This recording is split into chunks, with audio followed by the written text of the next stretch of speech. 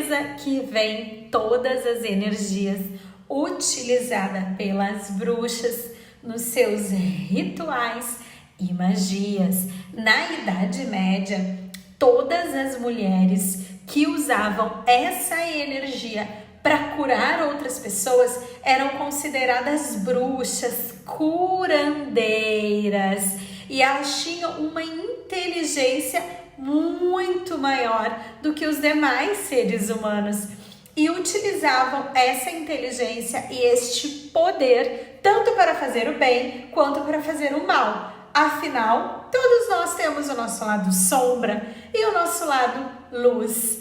Quer aprender a fazer esses rituais e essas magias? Então te inscreve na Alquimia das Bruxas, link na bio.